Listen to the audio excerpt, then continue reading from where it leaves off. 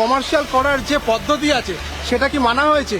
পুরসভা সবটাই জানে, দমকলও সবটাই জানে, তারপরেও কেন ব্যবস্থা নেওয়া হলো না? দমকলের অফিস পাশেই, তারাও ইন্সপেকশন করলো না? এটা কি ফায়ার অডিট হয়েছিল? এসি কানেকশনে কতগুলো কানেকশনে পারমিশন নেওয়া হয়েছিল? ইললিগালি একটা কাজ চলছিল, এটা পুরো স্পষ্ট।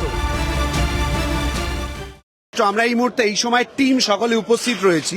মানে আমরা যদি এখান থেকে লাফ যদি না দিই, হেঁটে যদি যাই, খুব নর্মাল প্রসেসে যদি হেঁটেও যাই, একটা স্টেপ যদি যাই, তাহলে আমরা পাবো হচ্ছে দমকল হেডকোয়ার্টার। দুটো স্টেপ যদি যাই তাহলে আমরা কলকাতা পুরসভা পাবো। আমার প্রশ্ন হচ্ছে, ঠিক এই জায়গায় দাঁড়িয়ে কেউ কিচ্ছু জানতে পারলো না, এত বড় ঘটনা ঘটছে বেআইনি ভাবে। এটা কোনোদিন হতেই পারে না যে কেউ কিছু জানতে পারলো না। সব থেকে আশ্চর্যের ব্যাপার যে সামনেই দমকল সদর দপ্তর অফিস, আর একটু দূরে হচ্ছে পুরসভা।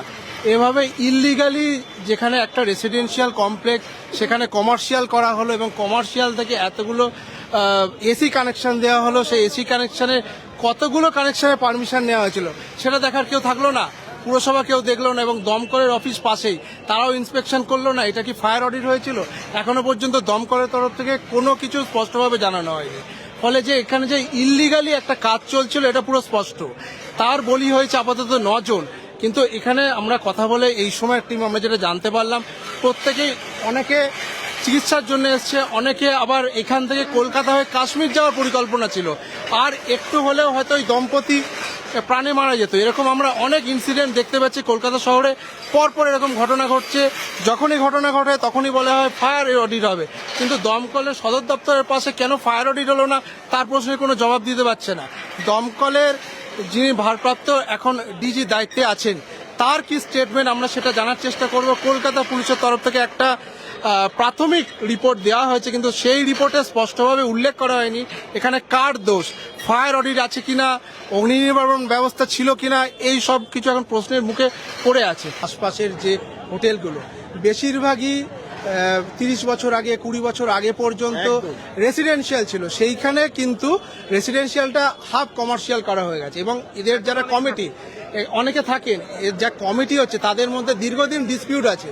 কলকাতা পুরসভার কাছে এই কমিটি বারবার দরবার করেছে, ফায়ার ডিপার্টমেন্টের কাছে দরবার করেছে, কিন্তু কোনো এক অজ্ঞাত কারণে কোনো সমাধান সূত্র বেরোয়নি। এবং তারই ফল আজকে পেতে হলো এই হোটেলে, যেখানে 9 জন মারা গেল, তার মধ্যে একজন শিশু। এর দায়টা কে নেবে?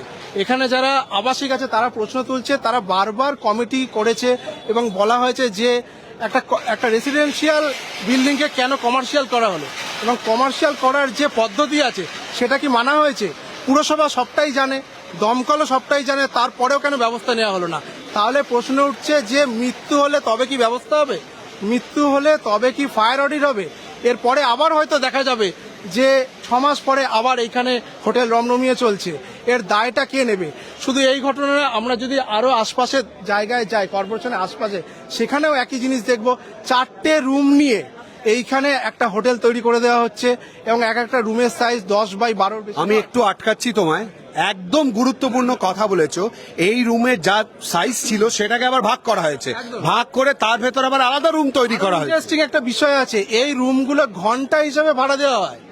কেউ এখানে সকালবেলা পা রাখলো, বিকালবেলা চলে যাবে, তার জন্য 2000 টাকা করে ভাড়া নিয়ে একটা ঘন্টা হিসেবে ভাড়া দেওয়া হয়।